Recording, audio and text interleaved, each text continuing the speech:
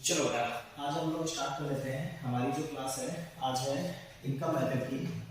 Income method national income count करने का सबसे इजीएस्ट मेथड होता है। तो अगर आप लोगों के पास में कभी भी एग्जाम में अगर कोई भी मेथड आता है चूज करने का, तो चूज वाइजली कि whether you have to go for product method और you have to go for income method और you have to go for expense method. Income method is the most easiest part of national income. आप लोगों को ये चीज अपने दिमाग में बैठा करके रखनी है। सबसे इजीएस्ट पार्ट यही होता है और सबसे ज्यादा रिपीटिव क्वेश्चंस भी इसी वाले क्वेश्चन से आते हैं आपके। तो ये वाला जो क्वेश्चन है उसकी स्टडी करने से पहले हम लोग एक चीज देख लेते हैं कि राष्ट्रीय आय की जो आय विधि है वो आय विधि होती क्या है। आय विधि का मतलब income method. Income method national income की काउंटिंग उन सभी सोर्सेस से करता है जिन सभी सोर्सेस से एक कंट्री को इनकम जनरेट होती है। आप लोगों को पहले भी डिस्क्राइब कर चुका हूं मैं कि एक कंट्री में इनकम को जनरेट करने के लिए फैक्टर्स होते हैं। उन्हीं फैक्टर्स के ऊपर हमारी इनकम जनरेट होती है। अब वो जो फैक्टर्स होते हैं वो हमारी इनकम के ही फैक्टर्स होते हैं। वो हमारे प्रोडक्शन के भी फैक्टर होते हैं और उन्हीं से प्रोडक्शन भी होता है और साथ ही साथ उन्हीं से हमारा प्रोडक्शन के साथ इनकम भी जनरेट होती है। फॉर एग्जांपल आप लोगों ने देखा होगा कि हमारे पास में जो फैक्टर्स होते हैं जिसको हम लोग साधन बोलते हैं, हिंदी में कारक भी बोला जाता है इसको। ये जो फैक्टर्स होते हैं प्रोडक्शन, ये कितने टाइप के होते हैं? बेसिकली होते हैं आपके 4 तरीके के। तो देखो बेटा, सबसे पहला तो होता है आपका इसमें लैंड, जिसको हम लोग बोलते हैं भूमि। सेकंड नंबर पर होता है आपका पूंजी, जिसको हम लोग बोलते हैं बेटा कैपिटल। थर्ड नंबर पर होता है आपका लेबर, जिसको हम लोग बोलते हैं श्रम। और फोर्थ नंबर पर होता है आपका एंटरप्रेन्योरशिप, जिसको हम लोग उद्यम बोलते हैं, या फिर हिंदी में आप लोगों को कहीं पर ये साहस लिखा मिलेगा। 4 तरीके के हमारे फैक्टर्स होते हैं। जब तक ये चारों फैक्टर्स हमारे कंबाइन नहीं होंगे, there isn't any possibility of any kind of production. अब आप लोगों को ये ध्यान करके चलना है कि ये चारों किस तरीके से हमारे प्रोडक्शन को टेंड करते हैं। देखो, सबसे पहले अगर हमारे पास में कोई लैंड नहीं होगा तो हमारे पास में कोई भी पॉसिबिलिटी नहीं है कि हम लोग प्रोडक्शन कर पाए। किसी भी तरीके के प्रोडक्शन के लिए हम लोगों को एक सर्टेन लैंड चाहिए होता है, चाहे वो आपका एग्रीकल्चरल प्रोडक्शन हो और चाहे नॉन एग्रीकल्चरल प्रोडक्शन हो। अगर तो वो एक एग्रीकल्चरल प्रोडक्शन है तो आपको उस लैंड की जरूरत एग्रीकल्चरल प्रोडक्शन के लिए पड़ेगी। अगर तो वो नॉन एग्रीकल्चरल प्रोडक्शन है, जैसे अगर कोई इंस्टीट्यूट है उसमें पढ़ाने के लिए हमें एक कॉरिडोर या फिर कोई ना कोई प्रीमिसेस जरूर चाहिए होंगे। तो हम लोगों के पास में अगर तो खुद का लैंड होता है तो वेल एंड गुड। अगर हमारे पास में खुद का लैंड नहीं है तो हम लोगों को ये services we have to hire these services from market. अब अगर मैं ये सर्विसेज मार्केट से हायर करूंगा तो इसके लिए मुझे कुछ ना कुछ पेमेंट चार्ज करनी पड़ती है या फिर पेमेंट देनी पड़ती है। अगर मुझे कोई लैंड लेना है, अगर मेरे पास में कोई जमीन नहीं है और मुझे वो जमीन किराए पर लेनी है, तो इस लैंड के बदले में मुझे क्या देना पड़ता है बेटा? किराया देना पड़ता है। अगर नॉन एग्रीकल्चरल प्रोडक्शन है तो रेंट देना पड़ता है हम लोगों को। और अगर यही एक एग्रीकल्चरल प्रोडक्शन है तो इसके लिए हमारा लगान होता है। लगान बोलो चाहे किराया बोलो, एक ही बात है। इंग्लिश वालों के लिए रेंट ही रहता है। सेकंड नंबर पर अगर हम बात करते हैं कैपिटल की, तो कैपिटल का मतलब होता है अगर हमें अपना कोई भी बिजनेस स्टार्ट करना है तो उस बिजनेस को स्टार्ट करने के लिए we must have a certain amount of capital entity. कुछ ना कुछ एक अमाउंट हमारे पास में कैपिटल के रूप में होना चाहिए। जब तक वो नहीं होगा बिजनेस स्टार्ट करना पॉसिबल नहीं है। अब अगर मान लो हम बात करें कैपिटल एंटिटी की, तो अगर तो मेरे पास में 2 करोड़ रुपए हैं तो मैं अपना खुद का बिजनेस स्टार्ट कर सकता हूं। लेकिन अगर मेरे पास वो 2 करोड़ रुपए नहीं है तो मुझे क्या करना पड़ेगा? मुझे वो पैसा कहीं ना कहीं से लैंड करना पड़ेगा, कहीं ना कहीं से बोरो करना पड़ेगा, उधार मांगना पड़ेगा। मैंने अगर वो पैसा बाहर से उधार लिया, किसी बैंक से लिया उधार, तो क्या वो पैसा मुझे फ्री में मिलेगा? That is not possible. मुझे उस पैसे के लिए कुछ ना कुछ इंटरेस्ट पे करना पड़ेगा। तो ये जो कैपिटल होता है, इस कैपिटल को अगर मैं बोरो करता हूं कहीं से तो इसके लिए मुझे पे करना पड़ता है इंटरेस्ट। अब यही जो इंटरेस्ट होता है इसको हम लोग हिंदी में ब्याज के नाम से जानते हैं। अगर हम लोग थर्ड पॉइंट पे बात करें, वो होता है प्रोडक्शन के लिए सबसे इंपॉर्टेंट फैक्टर बोला जाएगा लेबर होता है। लेबर इस वजह से सबसे ज्यादा जरूरी होता है बेटा, रीजन इसका ये होता है, a single person is never entitled for doing every kind of work. जो एक व्यक्ति होता है वो सारे के सारे काम नहीं कर सकता है कभी भी, तो वो अपने काम को क्या करता है, डिवीजन ऑफ वर्क के थ्रू उस काम को, श्रम का बंटवारा कर देता है, काम को बांट देता है। अगर कोई पर्सन किसी स्पेसिफिक चीज में गुड होता है तो उसको वो काम दिया जाता है, पर एक आदमी ही अगर सारे के सारे काम करेगा तो उसकी प्रोडक्टिविटी कम होती है। तो हम उन लोगों को उनकी प्रोडक्टिविटी के हिसाब से काम को डिस्ट्रीब्यूट करते हैं, और जब हम काम को डिस्ट्रीब्यूट करेंगे लोगों के बीच में तो उनको उसके बदले में हम क्या देंगे। आप कभी भी कहीं काम करने जाओगे 1 तारीख से लेकर के 30 तारीख तक, कहीं भी अगर आप काम करोगे तो आपके पास में एक एवरेज रहता है कि मुझे मंथ खत्म होने के बाद में वेजेस या फिर आपको सैलरी मिले, जिसको हम लोग वेतन या फिर मजदूरी बोलते हैं। इकोनॉमिक्स में बेटा चाहे कोई कितना भी बड़ा ऑफिसर क्यों ना हो, हमेशा वो मजदूर ही बोला जाएगा, और उसको हमेशा सैलरी के रूप में वेजेस या फिर मजदूरी ही मिलती है। Wages oblique salaries. चलो बेटा लास्ट हम लोग बात कर लेते हैं एंटरप्रेन्योरशिप की। तो एंटरप्रेन्योरशिप हमारा एक साहस होता है या फिर उद्यम होता है। कोई भी अगर प्रोड्यूसर जब तक हमारा हिम्मत करके कोई प्रोडक्शन स्टार्ट नहीं करेगा तब उसको प्रॉफिट होने के कोई चांसेस ही नहीं है। अगर आपने बेटा कभी कोई बिजनेस स्टार्ट ही नहीं किया तो बिना बिजनेस स्टार्ट किए आप लोगों को कोई प्रॉफिट कभी अर्न हो ही नहीं सकता। तो एंटरप्रेन्योरशिप सबसे मोस्ट इंपॉर्टेंट पार्ट भी बोल सकते हैं कि जब तक बिजनेस स्टार्ट होगा नहीं तब तक इनको भी अपनी इनकम जनरेट नहीं होगी और बिजनेस भी स्टार्ट नहीं होगा। तो एंटरप्रेन्योरशिप अगर हमने की तो इसके बदले में हमको मिलता है प्रॉफिट, जिसको हम लोग क्या बोलते हैं, लाभ। अब देखो बेटा हमारे पास में यही सारे के सारे फैक्टर्स हैं, और इन्हीं फैक्टर्स के ऊपर हम लोगों को जो इनकम जनरेट होती है वो इनकम हमारी क्या कहलाती है, इनकम मेथड से नेशनल इनकम निकालने का तरीका। अब बेटा एक चीज और ध्यान रख लेना, इसमें हम लोग एक चीज और जोड़ देते हैं, वो होती है आपकी मिश्रित आय। मिश्रित आय को हम लोग बोलते हैं बेटा मिक्स्ड इनकम। मिक्स्ड इनकम का जो कॉन्सेप्ट होता है इसको मैं बाद में लास्ट वाले टॉपिक में क्लियर करवाऊंगा। आप जैसे ही इन सारे की सारी जो इनकम हुई हमारी बेटा, इसको ये इनकम है हमारी, ये इनकम है, ये इनकम है, ये तो बेटा हमारे फैक्टर्स है, इनको इग्नोर करते हैं अभी, ये इनकी इनकम है, इनको अभी इग्नोर करते हैं।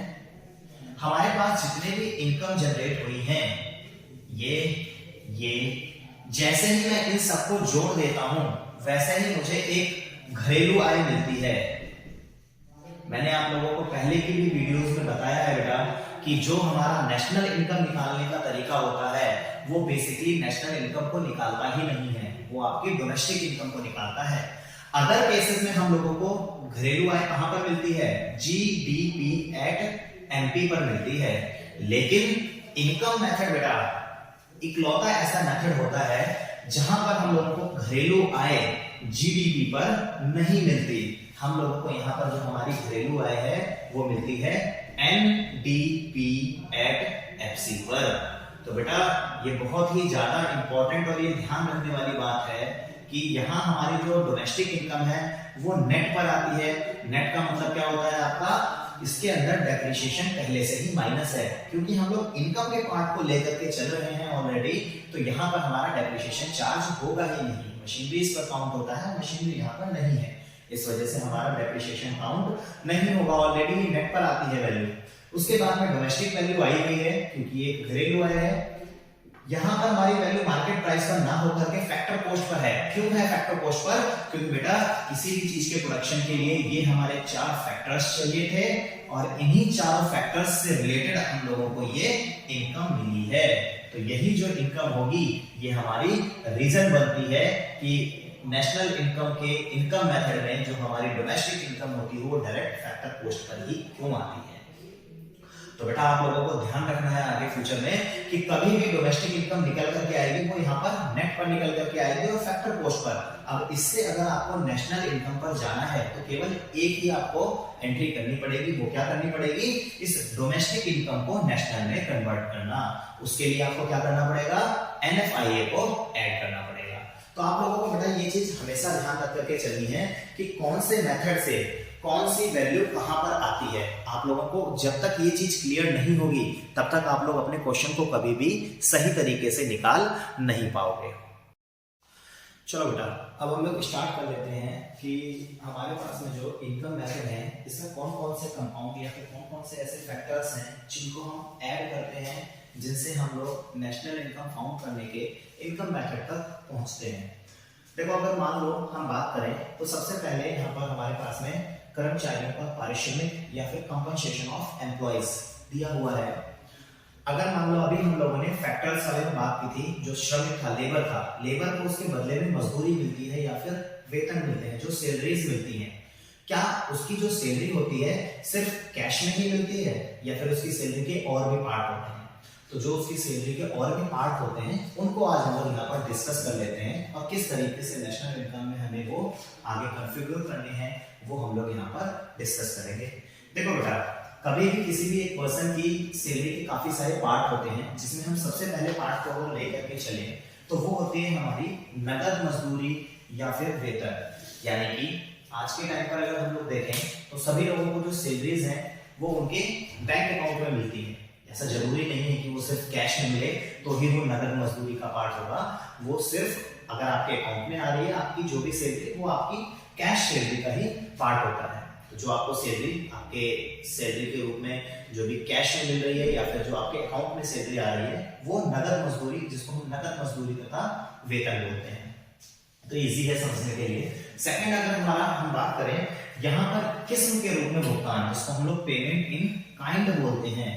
जब आपको आपकी सैलरी की पार्ट की कोई पेमेंट कैश के रूप में ना करके किसी और चीज के रूप में की जाए तो वो आपकी किस्म के रूप में भुगतान या फिर पेमेंट इन काइंड कहलाता है। फॉर एग्जांपल अभी अगर मान लो कंपनी आपको ट्रैवल अलाउंस के लिए 5,000 रुपए दे रही है तो फिर वो आपकी सैलरी का कैश पार्ट जाता है। लेकिन अगर इंस्टेड आपको पैसा देने की जगह पर कंपनी आपको एक व्हीकल दे रही है और उसमें आप लोगों को पेट्रोल भी डलवा करके दे रही है तो वो आपकी जो पेमेंट होगी वो किस्म के रूप में भुगतान होगा। एक और एग्जांपल से समझ लेते हैं। आप लोगों को जो हमारी सैलरी बनती है उस सैलरी में हाउस रेंट अलाउंस होता है, यानी कि किराया भत्ता होता है कि अगर आप अपने कहीं रेंट पर रह रहे हैं तो उस रेंट की जो सैलरी होगी, जो रेंट का किराया होगा वो कंपनी पे करेगी। अब अगर वो कंपनी सैलरीज में आपको आपकी सैलरी में ऐड करके दे रही है तो वो नगद मजदूरी में जाएगी। लेकिन अगर कंपनी आपको उसका पैसा ना दे करके उसकी जगह आपको क्या देती है, एक फ्लैट दे देती है जिसमें आप रहो जा करके, तो वो आपका किस्म के रूप में भुगतान होता है। और एक सिंपल से तरीके से समझ लेते हैं। पुराने समय में कई बार ऐसा होता था कि जब गांव के लोग डॉक्टर्स को दिखाने के लिए जाते थे उनके पास में पैसे नहीं होते थे तो पैसे की जगह वो अपने घर से गेहूं, चावल ये सब चीज लेकर के जाते थे इन रिटर्न उस डॉक्टर की पेमेंट करने के लिए। तो जो अगर तो उन्होंने वो कैश में उसकी पेमेंट कर दी होती तो वो डॉक्टर की सैलरी कैश के रूप में रिसीव होती। अगर अब वो गांव वाले उनको जो पेमेंट कर रहे हैं गेहूं के रूप में कर रहे हैं या फिर चावल के रूप में कर रहे हैं तो वो उसकी जो पेमेंट रिसीव होगी वो किसी के रूप में भुगतान के अंदर में आएगी। तो ये दो हो गए बेसिक हमारे पार्ट। जो थर्ड पॉइंट है वो थोड़ा सा समझने वाला है, उसको समझना बेटा आप लोग क्या होता है।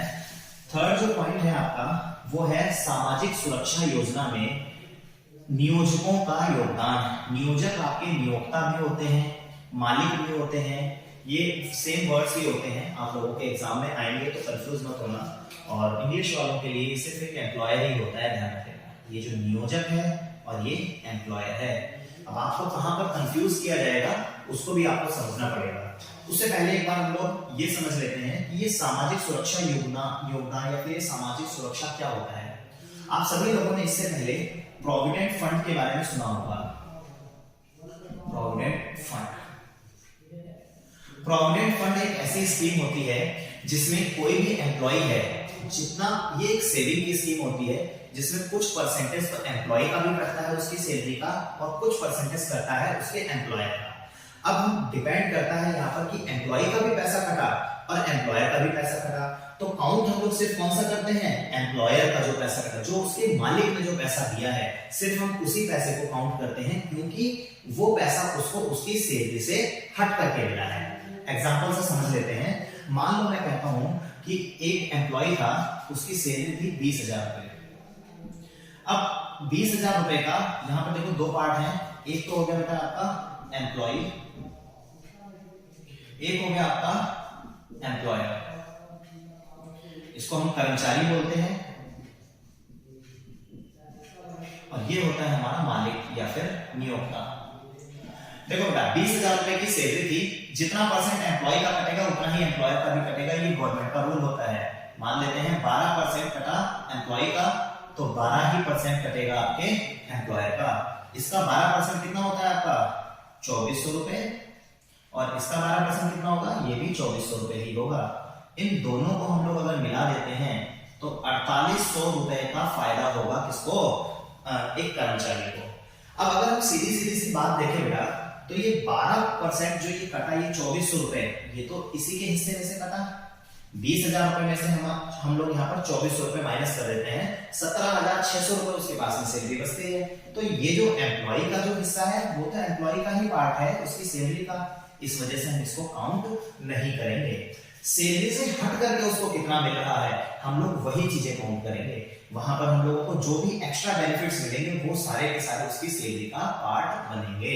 यहाँ पर देखो अगर कायदे में देखा जाए तो एक एम्प्लॉयर की सैलरी पहले कितनी थी, 20,000 थी, अब मालिक ने उसको 2400 रुपए और दे दिए हैं, तो उसकी सैलरी कितनी हो गई बेटा, 22,400 हो जाती है। तो जो सैलरी से हट करके मिलेगा हम सिर्फ उसी को काउंट करेंगे।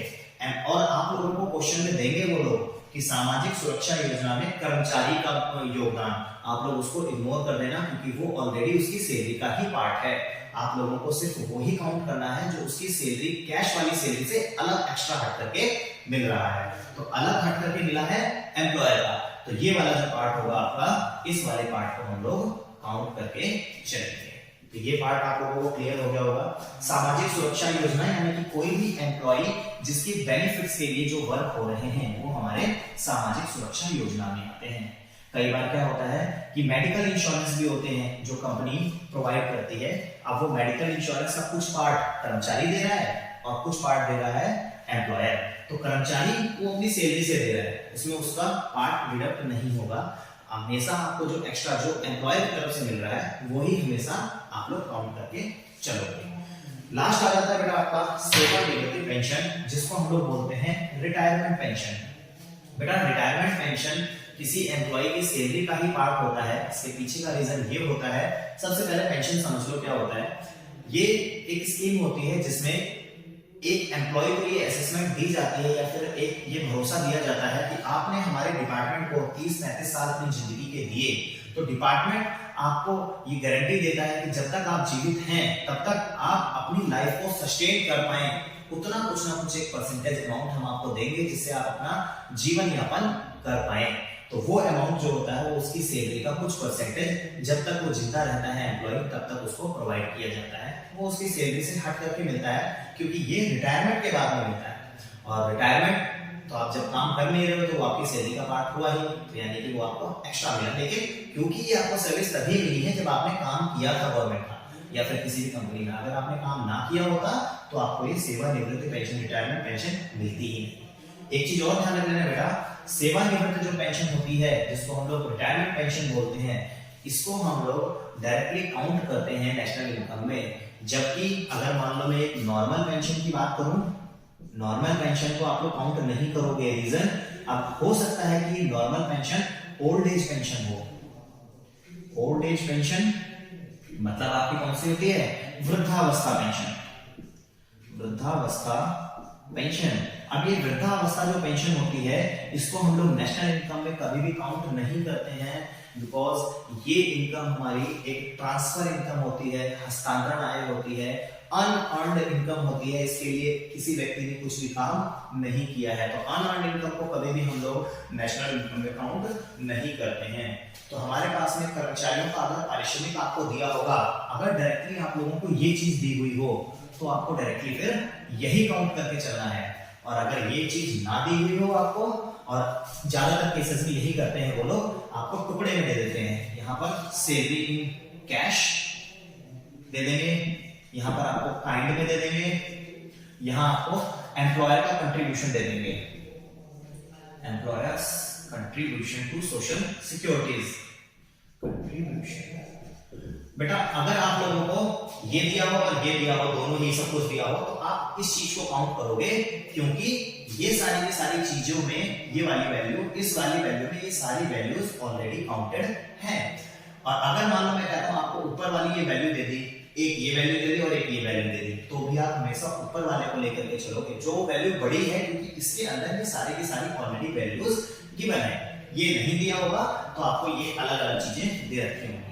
बेटा जरूरी नहीं है कि आपको ये चारों की चारों ही वैल्यूज दी हुई हो, चारों में से 2 दे सकते हैं, 3 दे सकते हैं, चारों भी दे सकते हैं। जो वैल्यू ना गिवन हो, इसका मतलब उसकी वैल्यू क्या है बेटा, 0 है।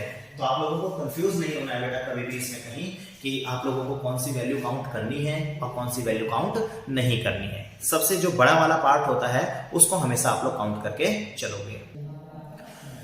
चलो बेटा अब देख लेते हैं, हमारे पास में लेबर का हम लोगों ने देख लिया था, जो इनकम जनरेट होती है वो होती है उसकी वेजेस एंड सैलरी, और वेजेस एंड सैलरीज को हम लोगों ने 4 पार्ट में डिस्ट्रीब्यूट कर लिया था। अब हमारे पास में बचती है बेटा लैंड के रूप में जो हम लोगों ने इनकम जनरेट की थी। लैंड के रूप में हमें जो इनकम मिली थी वो बेटा क्या होती है, लगान या फिर रेंट। वो मैंने आप लोगों को एक्सप्लेन कर दिया था कि अगर हमारे पास में खुद का कोई लैंड नहीं है और अगर हमें उसका प्रोडक्शन करना है, प्रोडक्शन करने के लिए मुझे लैंड हायर करना पड़ेगा या फिर मुझे लैंड रेंट पर लेना पड़ेगा। उसके बदले उससे लैंड से एक इनकम जनरेट होती है जिसको हम लोग किराए के नाम से जानते हैं। सेकंड नंबर पर आ जाता है आपका कैपिटल, जिसको हम लोग बोलते हैं बेटा पूंजी। पूंजी अगर हमारे पास में नहीं होती है तो कोई भी बिजनेस स्टार्ट नहीं हो पाएगा, और पूंजी अगर हमें कभी भी मार्केट से लेनी होती है तो उसके बदले में मुझे देना होता है बेटा इंटरेस्ट या फिर ब्याज। जब हम इंटरेस्ट या फिर ब्याज देंगे तभी हम किसी का पैसा मार्केट में यूज कर सकते हैं। थर्ड नंबर पर आ जाता है बेटा आपका एंटरप्रेन्योरशिप, जिसको हम लोग बोलते हैं उद्यम। जब एक एंटरप्रेन्योर कभी भी हिम्मत करके कोई प्रोडक्शन स्टार्ट करेगा तभी एंड में जाकर के उसको उसके बदले में लाभ मिलेगा या फिर प्रॉफिट मिलेगा। ये तीनों मैंने पहले ही आपको एक्सप्लेन कर दिए थे। अब करना इसमें ज्यादा कुछ नहीं है, ये डायरेक्टली ऐसे ही है। आप लोगों को एक चीज ध्यान रखनी है कि इन तीनों के ही कॉम्बिनेशन को हम लोग एक नाम से जानते हैं, जिसका नाम क्या होता है बेटा आपका प्रचालन अधिशेष या फिर ऑपरेटिंग सरप्लस। अब देखो बात कहां आती है, बात ये आती है कि अगर आप लोगों को ये ऑपरेटिंग सरप्लस या फिर ये प्रचालन अधिशेष गिवन होगा तो आप लोग इन तीनों में से कोई भी वैल्यू को काउंट नहीं करोगे। अगर ये प्रचालन अधिशेष गिवन है तो आप इसको काउंट नहीं करोगे, क्योंकि इस प्रचालन अधिशेष के अंदर ऑलरेडी इसकी वैल्यू इंक्लूडेड है।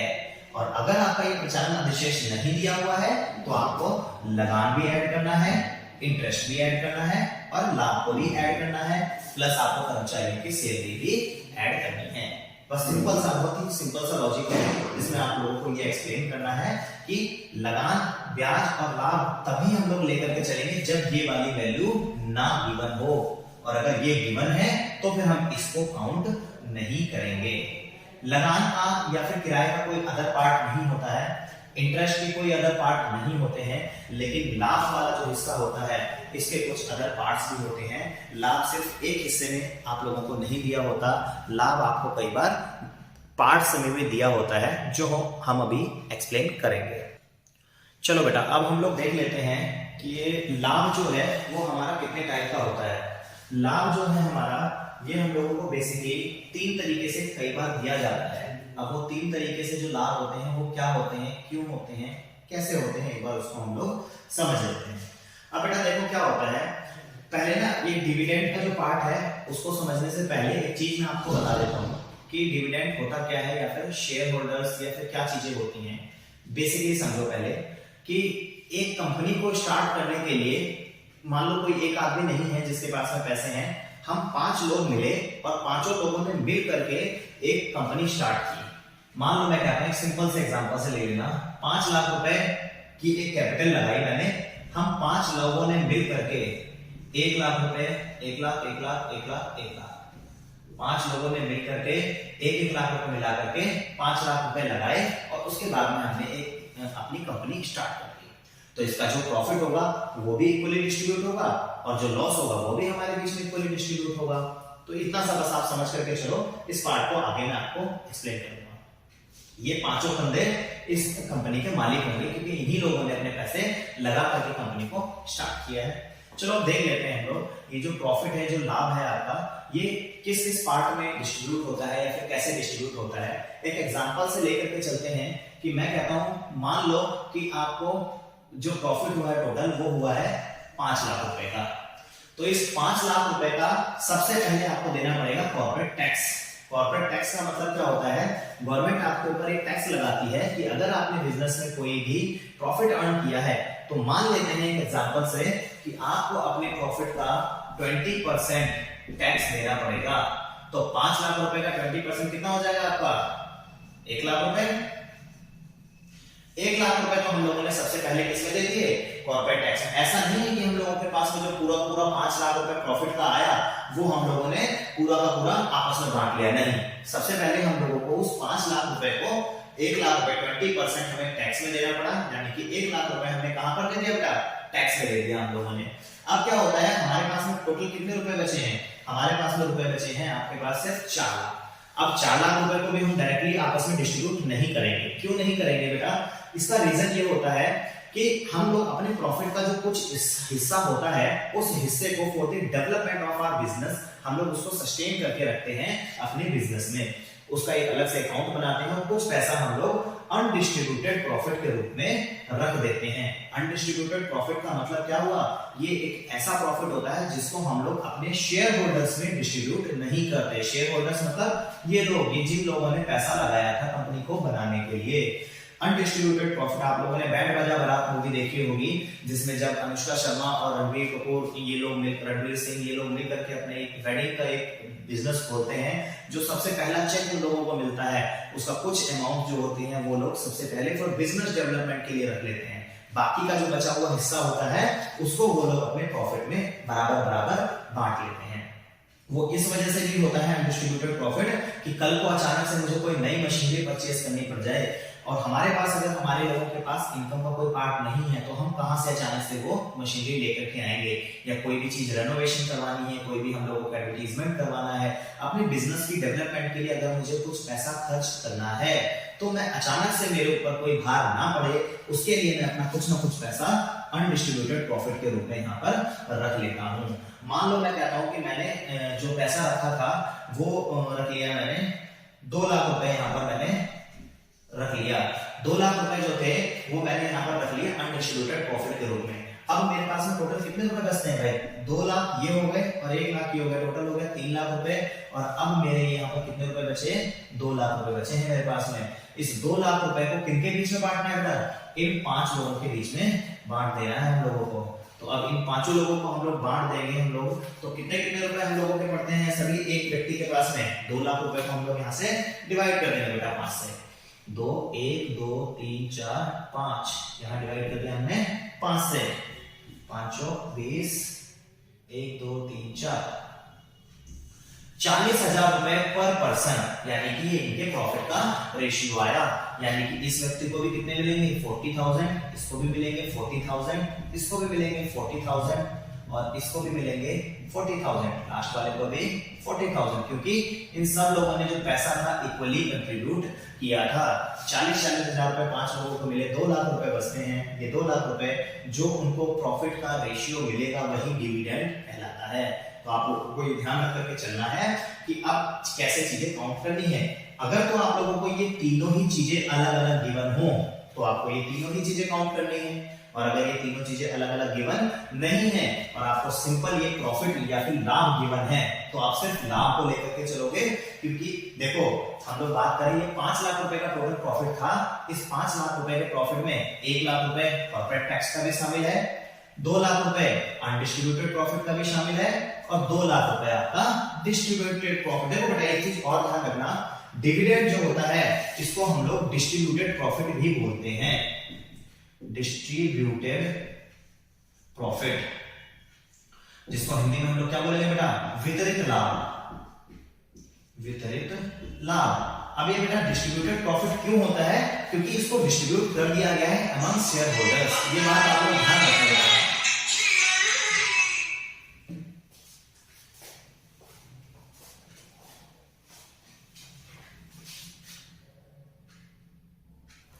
चलो बेटा, अब हमारे पास जो लास्ट पॉइंट बचता है, वो लास्ट पॉइंट कौन सा होता है इनकम मेथड में इंक्लूड करने का, वो होता है आपका मिश्रित आय, जिसको हम लोग बोलते हैं मिक्स्ड इनकम। कई जगह पर इसको स्वनियोजितों की मिश्रित आय भी बोला गया है, या फिर mixed income of self employed person. अब ये होता क्या है सेल्फ एम्प्लॉयड, तो सबसे पहले आप लोगों को ये पता होना चाहिए बेटा कि सेल्फ एम्प्लॉयड होता कौन है। सेल्फ एम्प्लॉयड ये वो पर्सन होता है जो अपना खुद का व्यवसाय या फिर खुद का कोई ना कोई बिजनेस करता है, ऑक्यूपेशनल लेवल पर वो खुद सेल्फ सस्टेन होता है, वो किसी के पास में कोई नौकरी नहीं करता है। अब बेटा एक चीज ध्यान रख लेना, ये जो सेल्फ एम्प्लॉयड पर्सन होते हैं, इनकी जो भी इनकम जनरेट होती है वो इनकम आपकी मिक्स्ड इनकम या फिर आपकी mixed income of self employed person बोली जाती है। अब वो क्यों बोली जाती है, उसके पीछे का रीजन समझ लेते हैं। अगर कोई भी व्यक्ति, अगर मान लीजिए अपना, अगर मैं एक ना बहुत ही एग्जांपल सस्ता सा लेकर के चलता हूं कि कोई एक ऐसा व्यक्ति है जिसकी खुद की परचून की दुकान है, जो ग्रोसरी की शॉप होती है, वो वाली शॉप है उसकी। अब उस ग्रोसरी की शॉप पे उसने अपनी जो शॉप खोली हुई है वो उसने घर पर ही खोली हुई है खुद की, तो अपने घर पर उसको कोई किराया नहीं देना। सपोज अगर उसको कोई किराया देना होता कहीं और, अगर उसके पास घर पर कोई लैंड ना होता तो उसको बाहर वो रेंट पर लेनी पड़ती, तो उसके बदले में उसको रेंट देना पड़ता। लेकिन वो दुकान उसने कहां पर खोली है, अपने घर में खोली है, तो उसको कोई भी रेंट के रूप में कोई पैसा नहीं देना है। अभी हम बात करते हैं पूंजी की। मार्केट से हो सकता है उसको पैसा उठाना पड़ जाता, और पैसा उठा करके वो मार्केट से कितने ब्याज देने पड़ते, उसको 5 लाख रुपए लेकर के आया और उसको ब्याज देने पड़ जाते। लेकिन उसने कोई पैसा मार्केट से नहीं उठाया, उसके पास 5 लाख रुपए सेविंग में पड़ा हुआ था, उसने अपना पैसा सेविंग का लगा दिया अपने पूरे बिजनेस में, तो उसको कोई भी ब्याज नहीं देना पड़ा। प्लस उसके पास में कोई भी श्रमिक उसने नहीं रखा हुआ है, घर के सभी लोग आपस में मिल करके काम कर लेते हैं। मैं फ्री हूं, मैं काम कर लेता हूं, मेरे बाद में अगर हमारे घर में कोई दूसरा पर्सन है मेरी एब्सेंस में, वो दुकान संभाल लेता है, तो मुझे कोई सैलरी का भी पार्ट आगे किसी को आगे ट्रांसफर नहीं करना। फिर लास्ट में आता है साहस, यानी कि जो उद्यम हम लोगों ने किया है, एंटरप्रेन्योरशिप किया है, तो जो प्रॉफिट का हिस्सा होगा तो वो भी तो मैं ही रखूंगा, उसको तो किसी और के साथ में डिस्ट्रीब्यूट नहीं करूंगा। जैसे पहले वाले केस में क्या था कि 5 लोग मिलकर के काम कर रहे थे, तो प्रॉफिट डिस्ट्रीब्यूट हुआ था उन 5 लोगों में। यहाँ पर तो मैं ही अकेला मालिक हूँ, तो प्रॉफिट कैसे होगा, सिर्फ मेरे पास में जाएगा।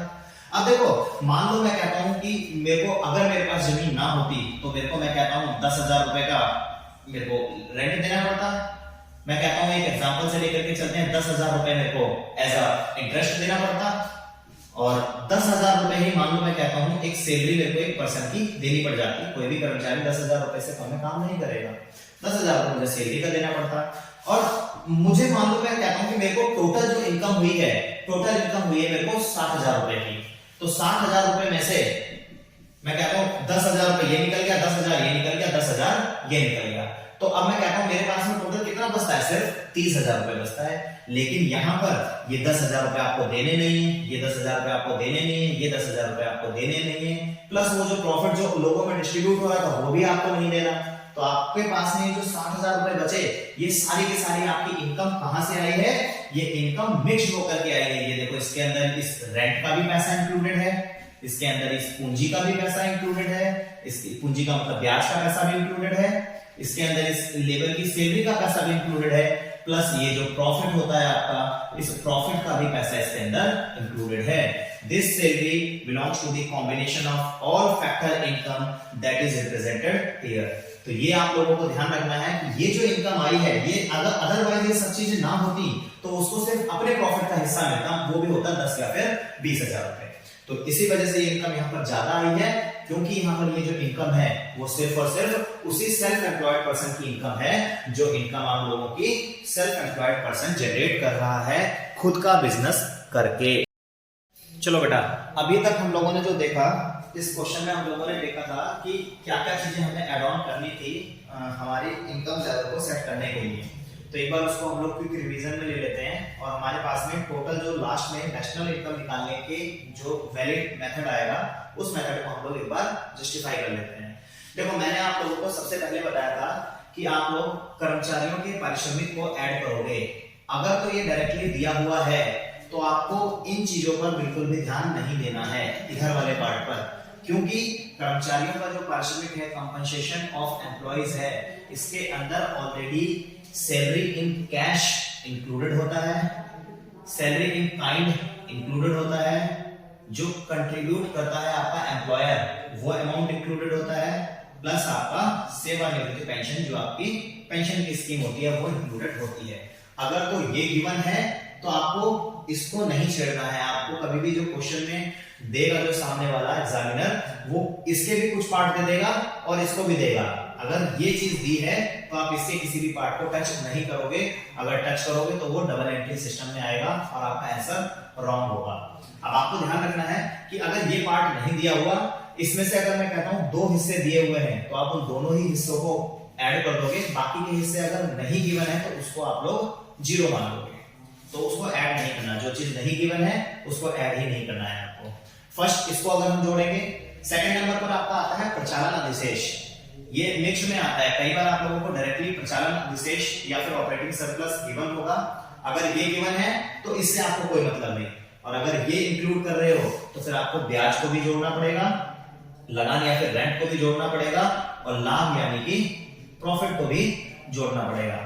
अगर कोई ये तीनों अलग अलग दिए हैं तो आप अलग अलग जोड़ लो, और अगर आपको प्रचालन अधिशेष दिया है तो आप सिर्फ ये वाला जोड़ोगे। बात ध्यान रखना है बेटा, जो लेफ्ट साइड के अगर पार्ट वाला अगर आपको क्वेश्चन में गिवन है तो सिर्फ लेफ्ट वाला ही जोड़ेंगे, राइट वाला जो पार्ट है उसको हम लोग एक्सक्लूड करके चलेंगे। तो यहाँ पर ब्याज, लगान, लाभ, इन तीनों को हम लोग जोड़ लेंगे। लाभ भी कई बार आपको डायरेक्टली गिवन नहीं होता है। अभी मैंने आपको समझाया था कि लाभ के भी 3 पार्ट्स हैं हमारे, डिविडेंड, अनडिस्ट्रीब्यूटेड प्रॉफिट और आपका कॉर्पोरेट टैक्स। अगर तो लाभ डायरेक्टली दिया है तो लाभ की वैल्यू काउंट कर लो, और अगर ये अलग अलग दिए हुए हैं तो इन तीनों को अलग अलग हम लोग जोड़ लेंगे। अच्छा, अगर आपको ये वैल्यू भी दी हुई हो और ये वाली भी वैल्यू दी हो तो आप लोग क्या करोगे, आप लोगों को ऊपर वाली वैल्यू ऐड करनी है, क्योंकि इस वाली वैल्यू के अंदर इन तीनों की वैल्यू ऑलरेडी कंक्लूडेड है। तो आपको ये चीज अपने दिमाग में क्लियर रख करके चलनी है। अगला देखो, नंबर 1 पे हम लोगों ने कर्मचारियों की जो सैलरी थी उसको काउंट किया, उसके बाद में प्रचालन अधिशेष को काउंट किया। थर्ड नंबर पर हमारी आ जाती है निश्चित आय, जो मैंने आप लोगों को बताई थी, सेल्फ एम्प्लॉयड की इनकम होती है, जो सेल्फ एम्प्लॉयड पर्सन खुद की इनकम जनरेट करते हैं, उस इनकम को हम लोग ऐड कर लेते हैं।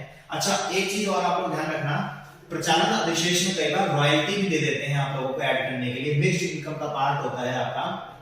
अभी मिक्स्ड इनकम का पार्ट क्यों होता है, रॉयल्टी होता क्या है पहले वो समझ लो। ये एक कोई भी पब्लिशर होता है या फिर जो बुक लिखता है उसकी इनकम होती है ये। अगर मान लीजिए किसी एक बुक राइटर ने एक अपनी बुक लिखी, वो उसके ऊपर एक तरह से अपना पेटेंट एस्टैब्लिश कर लेता है। कल को अगर उसकी बुक को कोई यूज करता है तो उसको कुछ ना कुछ एक सर्टेन इनकम प्रोवाइड करनी पड़ेगी, इसको, उस बुक राइटर को।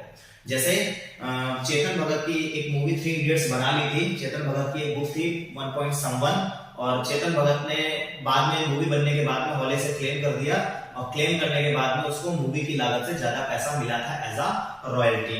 तो ये आपकी सेल्फ वो मिक्स्ड इनकम का पार्ट होता है, तो आप लोगों को वो भी लेकर के चलना है। कई बार आपको मिक्स्ड इनकम दे देंगे, कई बार आप लोगों को अलग से रॉयल्टी दे देते हैं, तो वो आपको ऐड करके चलनी है।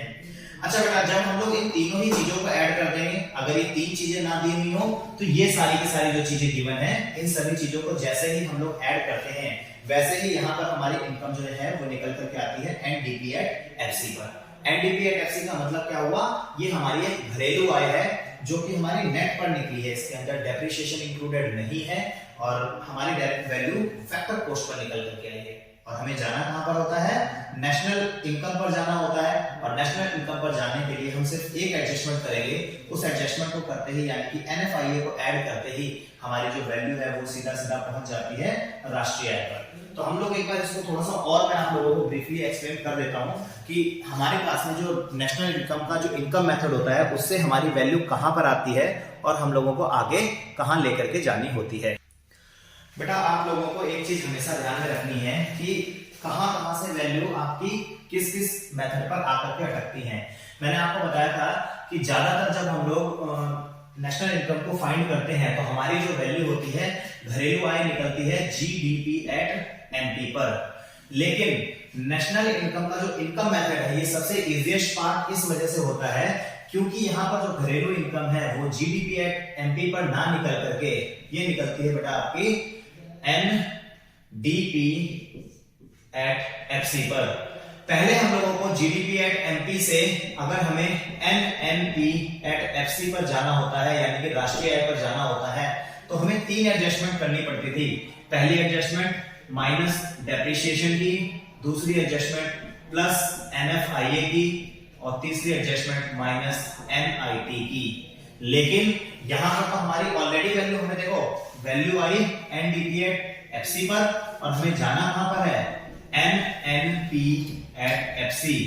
अब ऑलरेडी हमारे पास में नेट सेम है, पीपी सेम है, एफसी भी सेम है। केवल एक ही एडजस्टमेंट करनी है वो डी से लेकर के एन की एडजस्टमेंट करनी है और इस एडजस्टमेंट के लिए हम लोग क्या करते हैं एनएफआईए को ऐड कर देते हैं। अगर डायरेक्टली तो एनएफआईए गिवन है वेल एंड गुड, आप लोग net factor income from abroad या फिर विदेशों से प्राप्त शुद्ध साधन आय को ऐड कर दो। अगर तो ये इनकम डायरेक्टली गिवन नहीं है तो बार बार हम लोग पढ़ चुके हैं इसको, फीफा यानी कि फैक्टर इनकम फ्रॉम अब्रॉड यानी कि विदेशों से प्राप्त आय को जोड़ दो और फीटा यानी कि फैक्टर इनकम टू अब्रॉड यानी कि विदेशों को कारक आय को माइनस कर दो। आप लोग हमेशा अपने इस कॉन्सेप्ट को क्लियर करके चलना कि से वाली जो आय होगी वो हमेशा जुड़ेगी और को वाली जो आय होगी वो हमेशा माइनस हो जाएगी। सबसे इजीएस्ट मेथड आपका इनकम मेथड ही होता है क्योंकि इसमें सिर्फ आपको नेशनल इनकम फाउंड करने के लिए सिर्फ केवल एक ही एडजस्टमेंट करनी होती है with comparison to other 2 methods. ये ध्यान रख लेना कि यहाँ पर सिर्फ एक ही एडजस्टमेंट होगी, अदर फालतू में जो हमारे क्वेश्चंस होते हैं उसमें हमें 3 या कई बार 3 से ज्यादा की भी एडजस्टमेंट करनी पड़ती है। चलो बेटा, अभी हम लोगों ने जो क्वेश्चन नोट किया था उस क्वेश्चन में हम लोग एक बार देख लेते हैं कि उस क्वेश्चन को सॉल्व कैसे करना है। अभी तो हमारे पास में सारी चीजें आ गई हैं कि हमें ये ऐड करना है, ये ऐड नहीं करना। अब देखो अगर हमारे पास में चीजें गिवन हो तो हम लोग क्वेश्चन किस तरीके से आगे सॉल्व करेंगे। तो देख लेते हैं बेटा। सबसे पहले मजदूरी, मैंने आप लोगों को बताया था कर्मचारियों की जो मजदूरी होती है अगर ये नॉर्मली गिवन हुई है इसका मतलब ये कैश में मजदूरी गिवन है, इसको हम लोग जोड़ देंगे। तो 10,000 जोड़ दो। उसके बाद में लगान रेंट, ये हमारे प्रचालन अधिशेष का पार्ट होता है। अगर तो प्रचालन अधिशेष गिवन हो तो हम इसको नहीं लेंगे, लेकिन यहाँ पर प्रचालन अधिशेष नहीं दिया हुआ है तो लगान को ऐड कर देंगे। ये किराया होता है 5,000 रुपए, इसको ऐड कर दिया। उसके बाद में इंटरेस्ट भी जोड़ देंगे क्योंकि ये तुम्हारी कैपिटल की इनकम होती है, 400 रुपए, इसको जोड़ दो। उसके बाद में डिविडेंड, ये मैंने आपको बताया था बेटा प्रॉफिट का वो पार्ट होता है जो डिस्ट्रीब्यूट किया जाता है एमंग शेयर होल्डर्स, तो ये ध्यान रख लेना, ये भी आपका ऐड हो जाएगा। 3,000 रुपए ऐड कर दो। उसके बाद में नेक्स्ट इनकम, ये तो हमेशा ऐड होगी ही होगी क्योंकि ये सेल्फ एम्प्लॉयड पर्सन की इनकम होती है, इसको भी ऐड कर दो 400। उसके बाद में आपका अवितरित लाभ या फिर अनडिस्ट्रीब्यूटेड प्रॉफिट, ये बेटा प्रॉफिट का वो हिस्सा होता है जो कि संभाल करके रखा जाता है, हम लोगों ने डिस्कस किया था, जिसको हम लोग फ्यूचर की डेवलपमेंट के लिए यूज करते हैं, तो ये प्रॉफिट का पार्ट है। यहाँ पर देखो बेटा आपको लोगों को डायरेक्टली लाभ ना दे करके 2 टुकड़ों में लाभांश और ये अवितरित लाभ दे दिया उन्होंने, और देखो यहाँ पर ये निगम लाभ कर भी दिया हुआ है। तो यहाँ पर अगर आप लोगों को प्रॉफिट दिया जाता तो प्रॉफिट दे करके वो लोग क्या करते, इस डिविडेंड 3,000 वाला और आपका अवितरित लाभ 200 यानी 3,200 और ये निगम लाभ का जो 400 है, 3,200 400 3,600 रुपए आपको लाभ के रूप में देते हैं। लेकिन यहाँ पर इन्होंने लाभ इकट्ठा ना दे करके कंफ्यूज करने के लिए क्या किया है, लाभांश दिया आपको, फिर अवितरित लाभ दे दिया आपको और लास्ट में यहाँ पर देखो निगम लाभ कर इन्होंने दे दिए। चलो उसको बाद में आएंगे, अभी हम लोग देख लेते हैं कि अवितरित लाभ के 200 रुपए ऐड कर दो। फिर अगला आ जाता है आपका सामाजिक सुरक्षा अंशदान। बेटा ये ध्यान रख लेना, मैंने आप लोगों को अभी बताया था कि सामाजिक सुरक्षा अंशदान या फिर योगदान में अगर कोई एम्प्लॉयर कंट्रीब्यूट करता है तो हम उसकी इनकम को ऐड कर लेंगे। अगर तो यहाँ पर एम्प्लॉय कंट्रीब्यूट करता है या फिर कर्मचारी कंट्रीब्यूट करता है तो उसकी इनकम को हम कभी भी इंक्लूड नहीं करेंगे। लेकिन यहाँ पर तो हमारे पास में एक ऐसा सिनेरियो आया है सामने जिसमें ना तो एम्प्लॉयर का नाम दिया हुआ है और ना ही एम्प्लॉय का नाम दिया हुआ है। तो ऐसे सिचुएशन में आपको कभी भी कंफ्यूज नहीं होना है। अगर आपको नाम ना दिया हो तो आप लोग इसको एम्प्लॉयर का ही कंट्रीब्यूशन मान करके चलोगे और एम्प्लॉयर के कंट्रीब्यूशन को हमेशा हम लोग ऐड करके चलते हैं। उसके बाद में ये निगम लाभ का है, ये कॉर्पोरेशन टैक्स या फिर कॉर्पोरेट टैक्स है, ये आपके टैक्स का हिस्सा होता है, सॉरी लाभ का हिस्सा होता है, इसको भी हम लोग ऐड कर लेंगे। जैसे ही बेटा हम इन सब चीजों को ऐड करेंगे ये हमारी क्या आ जाएगी, डोमेस्टिक इनकम आ जाएगी। और यहां जो इनकम मेथड की जो डोमेस्टिक इनकम होती है वो कहां पर निकलती है आपकी, वो निकलती है NDP FC पर निकलती है। इनको सबको जोड़ देंगे बेटा तो हमारी वैल्यू आ जाएगी 19,800। अब ये जो 19,800 की वैल्यू आई है ये तो हमारी डोमेस्टिक इनकम हो गई। अगर अब मुझसे उन्होंने पूछा कि नेशनल इनकम निकालो तो नेशनल इनकम के लिए हम लोग इसमें क्या करेंगे, प्लस कर देंगे NFIA की वैल्यू। और NFIA की वैल्यू बेटा यहाँ पर कितनी दे रखी है, ये देखो बेटा डायरेक्टली गिवन है आपकी 1000 रुपीज। तो ये जो 1000 रुपीज है उसको हम लोग यहाँ पर जोड़ देंगे। जैसे ही हम इसके 1000 रुपीज को जोड़ते हैं ये वैल्यू हो जाएगी आपकी 20,800, जो कि आपकी क्या होगी, NNP FC होगी। सबसे इजीएस्ट मेथड होता है नेशनल इनकम को फाइंड आउट करने का, वो आपका इनकम मेथड ही होता है, क्योंकि इसमें आपको फालतू की कोई एडजस्टमेंट नहीं करनी पड़ती।